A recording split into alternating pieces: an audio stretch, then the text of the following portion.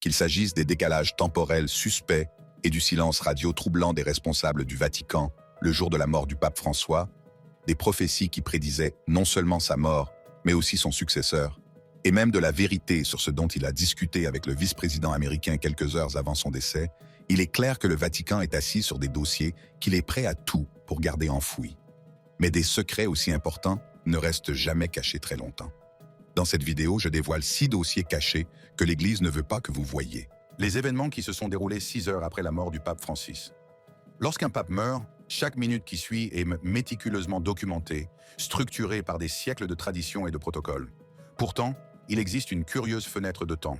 Environ 6 heures après la mort du pape François, le 21 avril 2025, où les documents accessibles au public deviennent curieusement opaques. Selon les rapports officiels du Vatican, le pape François est décédé à 7h35 du matin dans sa résidence de Casa Santa Marta. 6 heures plus tard, vers 13h35, que se passait-il réellement derrière ces anciens murs? Le Vatican voudrait nous faire croire qu'il s'agissait simplement d'une période de préparation tranquille et de deuil solennel. Le principal événement documenté durant cette période est l'annonce par le cardinal Kevin Farrell de la mort du pape à 9h45. Mais un rideau semble ensuite s'abattre sur les procédures, aucun événement public spécifique n'étant enregistré précisément à 13h35. Ce vide temporel est devenu le sujet d'intenses spéculations et d'un examen minutieux. Ce que nous savons, c'est qu'en vertu de protocoles séculaires, le cardinal Farrell, en tant que camerlengo de la Sainte Église romaine, aurait supervisé une série de procédures traditionnelles. Parmi celles-ci figurait probablement la tâche solennelle de sceller les appartements privés du pape François, un devoir sacré visant à préserver les effets personnels et les documents du défunt souverain pontife jusqu'à l'élection d'un nouveau pape. Ce rituel, ancré dans la tradition, assure la continuité de l'autorité papale tout en respectant la vie privée du défunt. Simultanément, les fonctionnaires du Vatican ont dû coordonner un afflux de condoléances de la part de dirigeants mondiaux et de personnalités religieuses. Préparer le transfert du corps du pape dans la basilique Saint-Pierre, qui devait avoir lieu 2 jours plus tard, le 23 avril, et commencer à organiser les funérailles prévues pour le 26 avril. Les cardinaux du monde entier sont convoqués par le cardinal Giovanni Battista Re, doyen du Collège des cardinaux, et commencent à se rendre à Rome. Au sein même de la Casa Santa Marta, le personnel et les fonctionnaires se sont préparés pour le rite du soir de certification du décès et de placement du corps du pape dans un cercueil, prévu à 20h dans la chapelle du rez-de-chaussée. Cette cérémonie, validée par le cardinal Farrell, marquerait la conclusion officielle des protocoles de l'après-décès de la journée. À l'extérieur, sur la place Saint-Pierre, l'atmosphère s'est transformée. Dès la mi-journée, les personnes en deuil ont commencé à se rassembler pour prier et rendre hommage au pape François. Ce rassemblement spontané reflétait l'impact mondial de son pontificat et la réaction immédiate du public à sa mort.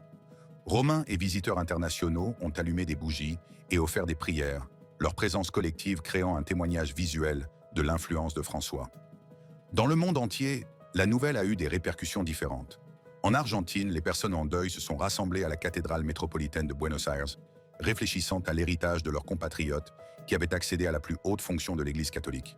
À Mexico, une messe a été célébrée à la basilique de Guadalupe, où les participants ont exprimé leur admiration pour la compréhension qu'a François de la culture latino-américaine. Le mystère de ces 6 heures dépasse la simple curiosité. En vertu de la Constitution Universi Dominici Gregis, qui décrit les procédures de transition papale, certaines actions doivent être entreprises dans un ordre précis. Cependant, la nature privée des procédures du Vatican pendant la période sede vacante, c'est-à-dire la période de la chaise vide, signifie que les archives publiques restent incomplètes. Quelles conversations ont eu lieu entre les cardinaux présents?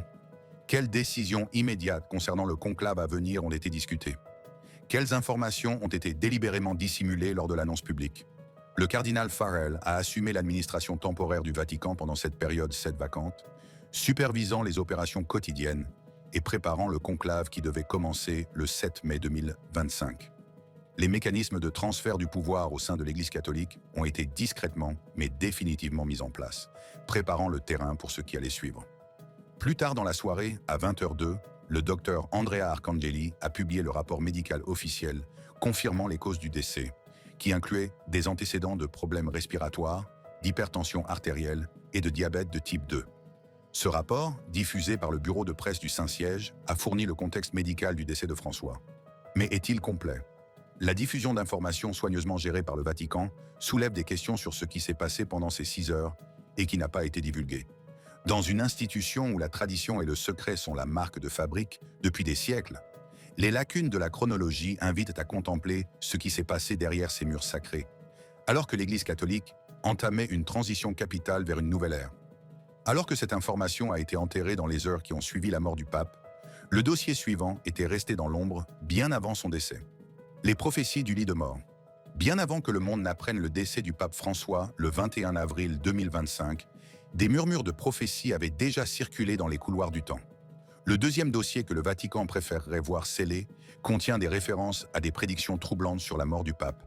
Des prédictions datant des siècles passés qui, selon certains, annonçaient non seulement sa disparition, mais aussi le destin de l'Église elle-même. Au premier rang de ces prophéties figurent les quatrains énigmatiques de Michel de Nostredame, mieux connu sous le nom de Nostradamus, astrologue français du XVIe siècle dont les écrits énigmatiques sont scrutés depuis des siècles. Dans son livre Les prophéties, publié en 1555, Nostradamus évoque la mort d'un très vieux pontife et l'élection d'un nouveau pape qui pourrait affaiblir son siège, mais qui aurait un long règne. Après la mort du pape François, ces mots ont été rapidement saisis, beaucoup les interprétant comme une référence directe au pontife de 88 ans et à son successeur. Plus intriguant encore, un autre verset mentionne un jeune homme à la peau sombre qui remettra la bourse à un autre de couleur rouge avec l'aide d'un grand roi. Ce verset a suscité des spéculations enflammées sur d'éventuels changements à la tête du Vatican, certains l'interprétant comme une prédiction sur le successeur de François. L'imprécision de ces prédictions, une caractéristique du style de Nostradamus, permet de multiples interprétations, mais leur résurgence après la mort du pape est un phénomène que le Vatican a manifestement évité d'aborder. La prophétie des papes, attribuée à Saint Malachie, un saint irlandais du XIIe siècle, est peut-être encore plus préoccupante pour les fonctionnaires du Vatican. Cette prophétie se compose de 112 phrases latines, chacune étant censée décrire un pape depuis Célestin, II, 1143, jusqu'au dernier Pierre le Romain. Dans ce texte ancien, le pape François est souvent interprété comme l'avant-dernier pape de la liste, avec seulement Pierre le Romain à suivre. La prophétie se termine par une prédiction inquiétante. Dans la dernière persécution de la Sainte Église romaine, siégera Pierre le Romain, qui fera paître ses brebis dans de nombreuses tribulations, et quand ces choses seront terminées, la ville aux 7 collines sera détruite, et le juge redoutable jugera son peuple. Cette vision apocalyptique suggère qu'après le successeur du pape François, c'est Rome elle-même qui sera détruite. Un récit que le Vatican hésiterait à reconnaître ou à promouvoir, ce qui est compréhensible. L'Église catholique, bien que fondée sur la foi et la révélation divine, a toujours entretenu une relation complexe avec les prophéties qui ne font pas partie de sa doctrine officielle. Le Vatican ne reconnaît officiellement la crédibilité ni des quatrains de Nostradamus, ni de la prophétie des papes, s'appuyant plutôt sur les enseignements de l'Écriture et du magistère. Pourtant, la persistance de ces prophéties dans la conscience publique et leur apparente concordance avec les événements actuels représentent un défi que l'Église ne peut pas facilement rejeter. Les spécialistes s'accordent à considérer la prophétie des papes comme un faux du XVIe siècle, peut-être créé pour influencer l'élection d'un pape à cette époque. De même, les quatrains de Nostradamus sont considérés par de nombreux historiens comme des prédictions poétiques et symboliques plutôt que littérales. Comme l'indiquent plusieurs publications, ces écrits sont souvent suffisamment ambigus pour être adaptés rétroactivement à presque n'importe quel événement mondial majeur. Il est intéressant de noter que le pape François lui-même a parfois parlé de sa mortalité. Au début de son pontificat, il a déclaré « Cela ne va pas durer longtemps » et il a toujours parlé ouvertement de ses problèmes de santé, notamment de la pneumonie qui l'a frappé au début de l'année 2025. Il s'agissait toutefois de réflexions personnelles plutôt que de déclarations prophétiques fondées sur la conscience de son âge avancé et de sa santé déclinante. Les médias sociaux ont alimenté la frénésie prophétique autour de la situation, avec même des affirmations fabriquées de toutes pièces, selon lesquelles les Simpsons avaient prédit la date de la mort du pape François, qui ont gagné du terrain avant d'être démentis. L'ère numérique a créé un environnement où les prophéties, anciennes et modernes, authentiques et fabriquées, peuvent se répandre à une vitesse sans précédent, remettant en cause les efforts des institutions pour garder le contrôle des récits historiques. Pour le Vatican, ces prophéties représentent plus qu'une simple superstition. Elles constituent un récit concurrent sur le sens et la signification de la mort du pape François. Alors que les déclarations officielles mettent l'accent sur sa vie de service et son dévouement à l'Évangile, ces prophéties suggèrent que son décès pourrait faire partie d'un grand dessein cosmique, un prélude à des événements encore plus importants, peut-être catastrophiques, à venir. Le dossier contenant ces connexions prophétiques reste un dossier que le Vatican préférerait probablement garder fermé. Alors que le Vatican s'efforce de garder le silence sur les prophéties et les rumeurs, il a eu un contrôle total sur le contenu de ce prochain dossier depuis le tout début. La vérité sur la crise de santé du pape. Le troisième dossier que le Vatican pourrait préférer soustraire à l'attention du public contient l'historique médical complet du pape François, en particulier les détails déchirants de sa dernière bataille pour la santé en 2025. Alors que les déclarations officielles ont présenté un récit digne de la santé déclinante du pape et de sa mort paisible, l'histoire complète révèle une réalité plus complexe et plus pénible qui a interpellé à la fois les professionnels de la santé et les responsables du Vatican. Le parcours de santé du pape François a été marqué par un tournant décisif le 14 février 2025, lorsqu'il a été admis à l'hôpital Gemelli de Rome pour ce qui a d'abord été décrit comme une bronchite. Ce qui avait commencé comme une maladie apparemment gérable s'est rapidement détérioré et a mis sa vie en danger. Son état s'est aggravé pour devenir une pneumonie bilatérale, une inflammation qui touche les deux poumons et dont les alvéoles sont remplis de pus et de liquide. Cette grave infection respiratoire s'est compliquée d'une légère insuffisance rénale et d'une anémie si grave qu'elle a nécessité des transfusions sanguines avec de l'hématine le 22 février 2025. Ce sur quoi le Vatican a été moins discret, c'est sur moment critique où les médecins ont failli abandonner le pape. Le 28 février 2025, le pape François a connu une grave crise respiratoire après avoir inhalé des vomissures, ce qui a entraîné une aggravation soudaine de son état respiratoire. Sa saturation en oxygène a chuté à des niveaux dangereusement bas, le plaçant au seuil entre la vie et la mort. L'équipe médicale, dirigée par le docteur Sergio Alfieri, a été confrontée à une décision déchirante. Poursuivre un traitement agressif au risque de causer des dommages irréversibles aux reins et à la moelle osseuse du pape, ou cesser l'intervention, le laissant ainsi mourir. À ce moment crucial est Massimiliano Strapetti, l'infirmier personnel et assistant sanitaire du pape, qui a exhorté l'équipe médicale en disant « Essayez tout, n'abandonnez pas ». Cette intervention s'est avérée décisive, car les médecins ont procédé à un barrage de médicaments de la dernière chance et à une ventilation mécanique non invasive pour combattre la pneumonie. Le docteur Alfieri avouera plus tard que lui et son équipe pensaient de ne pas s'en sortir, révélant ainsi à quel point le pontife a frôlé la mort au cours de cette hospitalisation. Tout au long de cette épreuve, le pape François lui-même est resté remarquablement conscient et engagé. Il a demandé une totale transparence sur son état de santé, faisant preuve de la même franchise que celle qui a caractérisé son pontificat. Le 10 mars 2025, il n'était plus en danger imminent, mais son rétablissement allait être long et difficile. Après une hospitalisation sans précédent de 38 jours, la plus longue de son pontificat, il est sorti de l'hôpital le 23 mars 2025, retournant au Vatican avec des instructions pour 2 mois de convalescence et la poursuite de la thérapie. Les antécédents médicaux du pape vont bien au-delà de cette dernière hospitalisation. À l'âge de 21 ans, a été opéré d'une partie de son poumon en raison d'une grave pleurésie, une intervention précoce qui influencera sa santé respiratoire tout au long de sa vie. Plus récemment, en juillet 2021, il a subi une hémicolectomie gauche pour traiter une diverticulite, ce qui a nécessité un séjour de 11 jours à l'hôpital Gemelli. En juin 2023, il a subi une chirurgie abdominale pour réparer une hernie incisionnelle et retirer le tissu cicatriciel, ce qui a nécessité une autre hospitalisation de 9 jours. Au-delà de ces épisodes aigus, le pape François a lutté contre des maladies chroniques qui ont affecté son fonctionnement quotidien. Il souffrait d'une sciatique douloureuse, affectant le nerf sciatique et provoquant une gêne au niveau des jambes. Sa mobilité était encore plus compromise par des problèmes de genoux, nécessitant souvent l'utilisation d'un fauteuil roulant, d'un déambulateur ou d'une canne, une manifestation visible de ses limitations physiques qu'il a intégrées à son identité publique, s'attirant ainsi les louanges des catholiques handicapés. La cause officielle de la mort de Francis, le 21 avril 2025, a été enregistrée comme une attaque cérébrale suivie d'un coma et d'un collapsus cardio-circulatoire irréversible. Le rapport médical publié par le docteur Andrea Arcangeli le soir de sa mort énumère les facteurs contributifs, notamment l'insuffisance respiratoire aiguë causée par une pneumonie bilatérale multimicrobienne, de multiples bronchiectasies, l'élargissement anormal des voies respiratoires, l'hypertension artérielle et le diabète de type 2. Ce que le Vatican a été plus réticent à souligner, c'est l'accumulation des problèmes de santé auxquels le pontife de 88 ans a dû faire face au cours de ces derniers mois, et la remarquable résilience dont il a fait preuve. Malgré son état de santé fragile, il est apparu sur la place Saint-Pierre en fauteuil roulant le dimanche de Pâques, 20 avril 2025, un jour seulement avant sa mort, pour bénir les fidèles, démontrant ainsi son engagement envers ses devoirs pastoraux alors même que son corps l'abandonnait. Le Vatican a publié quelques détails sur les problèmes de santé du pape, mais pour ce qui est de l'information suivante, il est resté complètement silencieux.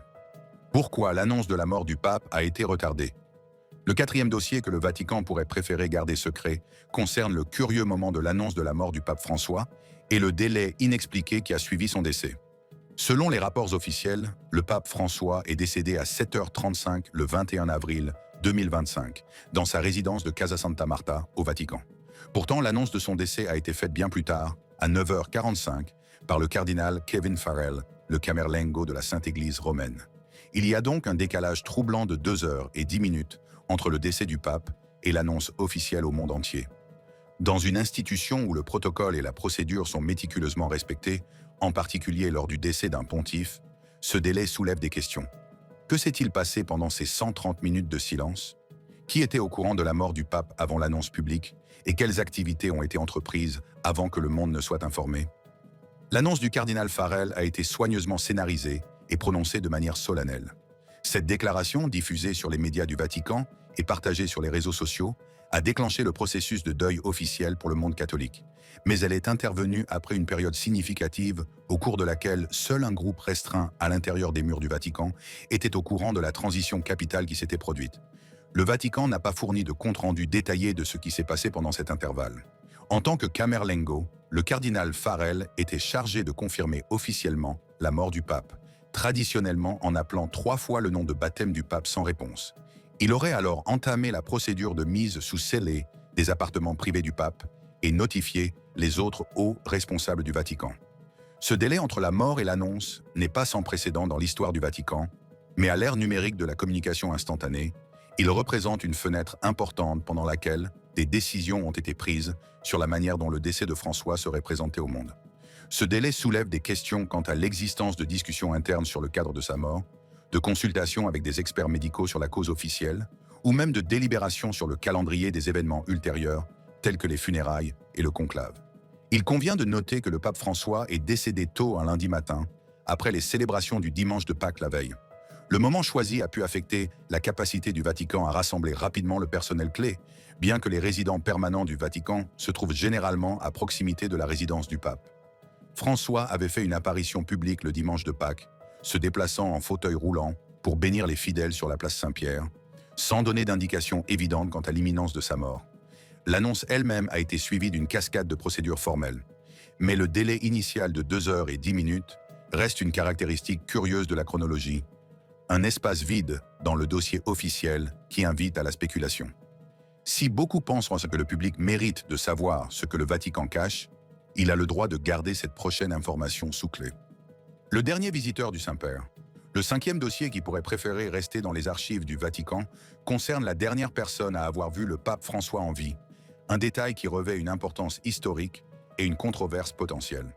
Selon de multiples sources crédibles, le dernier visiteur à avoir rencontré le pape François avant sa mort n'est autre que le vice-président américain J.D. Vance. Cette rencontre a eu lieu le dimanche 20 avril 2025, dimanche de Pâques, quelques heures avant le décès du pape le lundi matin. Elle a été décrite comme une brève salutation de Pâques à la résidence papale, peu avant que le pape François ne fasse sa dernière apparition publique depuis le balcon de la basilique Saint-Pierre, bénissant les fidèles rassemblés en bas, malgré son état de santé visiblement fragile. Le moment choisi pour cette rencontre a fait froncer les sourcils pour plusieurs raisons. J.D. Vance, un converti au catholicisme au service du président Donald Trump pendant son second mandat, n'était pas en mission diplomatique officielle au Vatican. L'objet de sa présence à Rome pendant les fêtes de Pâques et la nature de sa conversation avec le pontife ne sont pas divulgués dans les documents officiels. Étant donné que cette rencontre a probablement constitué la dernière interaction personnelle du pape François avant sa mort, le contenu de leur discussion a un poids historique qui transcende le simple aspect personnel. Ce qui rend cette rencontre particulièrement remarquable, c'est qu'elle s'est déroulée à un moment où l'état de santé du pape François semblait suffisamment stable pour qu'il puisse procéder à la bénédiction de Pâques. Mais moins de 24 heures plus tard, il allait être victime de l'attaque cérébrale qui allait entraîner sa mort. La proximité de cette rencontre diplomatique importante avec le décès du pape soulève inévitablement des questions sur ce qui a pu être discuté et sur le fait de savoir si le pape a montré des signes de l'imminence de la crise de santé qui allait lui coûter la vie. Au lendemain de la mort du pape François, réunion a suscité de nombreuses spéculations sur les réseaux sociaux, certains utilisateurs posant des questions pointues sur le curieux choix du moment.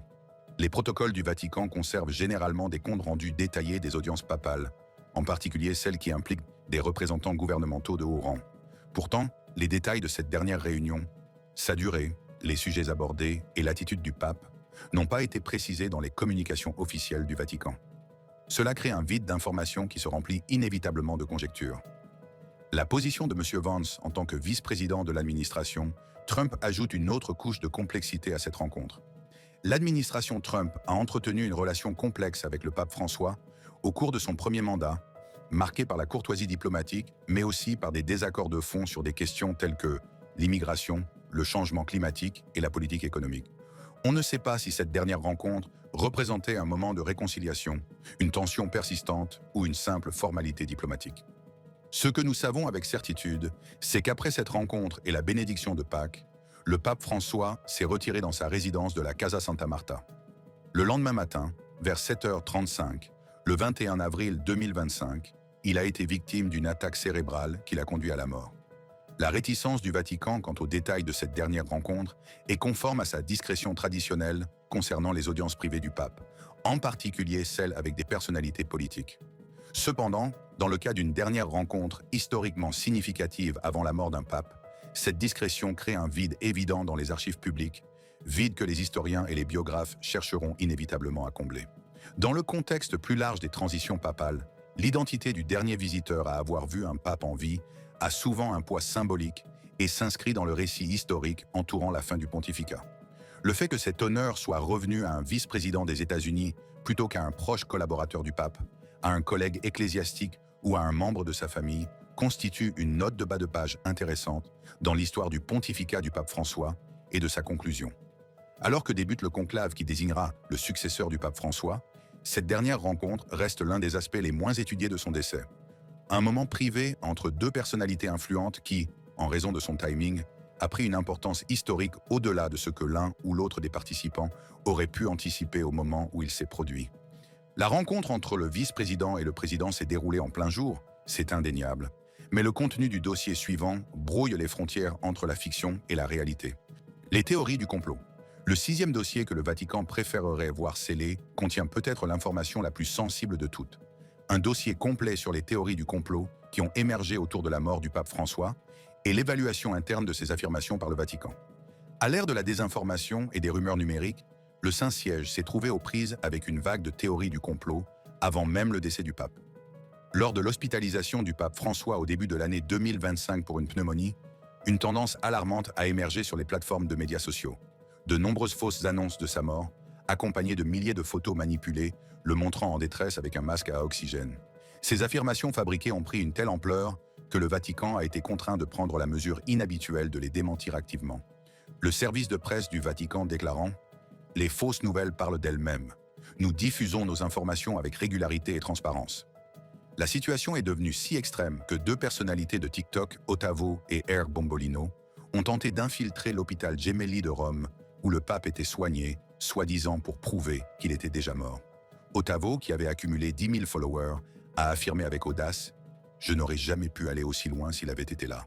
C'est pourquoi, à mon avis, le pape François est mort. » Cette déclaration provocatrice, bien que totalement infondée, illustre la facilité avec laquelle la désinformation peut être fabriquée et amplifiée. Ajoutant de l'eau au moulin de la conspiration, Fabrizio Corona, personnalité des médias italiens, a affirmé avec audace « Il est vraiment mort. L'audio est faux. Il a été réalisé avec une intelligence artificielle », faisant référence à un message audio publié par le Vatican, dans lequel le pape François remerciait les personnes qui lui rendaient visite. Cette affirmation mettait directement en cause la crédibilité du Vatican et suggérait une dissimulation sophistiquée faisant appel à des technologies de pointe. L'ampleur de cette campagne de désinformation est stupéfiante. Une société de renseignement sur les médias sociaux, Siabra, a analysé plus de 3600 comptes, publiant des informations sur la santé du pape François et a découvert qu'environ un tiers d'entre eux étaient des faux robots comptes de conçus pour diffuser et amplifier de faux récits. Le cardinal Gianfranco Ravasi a décrit le phénomène comme créant une atmosphère toxique et a même dû répondre à d'étranges rumeurs selon lesquelles la curie romaine gardait François gelé pendant qu'elle complotait en coulisses. Lorsque le pape François est effectivement décédé, le 21 avril 2025, cet écosystème préexistant de théories du complot s'est rapidement adapté à la nouvelle réalité.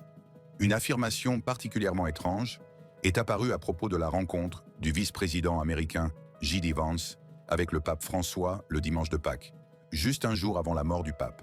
Les utilisateurs des réseaux sociaux ont spéculé sur un lien entre la rencontre et le déclin soudain du pape, en posant des questions provocatrices telles que « Qu'avez-vous fait ?» Bien que ces commentaires relèvent davantage de l'humour que d'allégations sérieuses, ils démontrent la rapidité avec laquelle les récits de conspiration peuvent se former autour d'une coïncidence de calendrier. Après les funérailles du pape, le 26 avril 2025, une autre théorie du complot a fait surface. Une vidéo censée montrer des rituels sataniques lors des funérailles du pape François, avec des croix renversées et d'autres symboles. Cette théorie a été rapidement démentie par les vérificateurs de faits de Reuters, qui ont identifié la vidéo comme provenant d'une procession de la Semaine Sainte en Espagne, plus précisément de l'église Santa Maria de Gracia à Carthagène, impliquant une procession religieuse traditionnelle sans aucun rapport avec les funérailles du pape. De même, une photo de 2014 montrant le pape François serrant la main d'Eliezer Grinfeld, survivant de l'Holocauste, lors de sa visite au mémorial de l'Holocauste de Yad Vashem à Jérusalem, a été présentée à tort comme une preuve de lien présumé avec la famille Rothschild, cible fréquente des théories du complot antisémite. Cette caractérisation erronée délibérée s'aligne sur les tropes antisémites de longue date qui ont périodiquement pris le Vatican pour cible. Pour les fonctionnaires du Vatican, la gestion de ce déluge de fausses informations a constitué un défi de taille. L'institution s'est retrouvée dans la position inhabituelle de devoir réfuter activement les fausses affirmations plutôt que de simplement contrôler le flux d'informations officielles.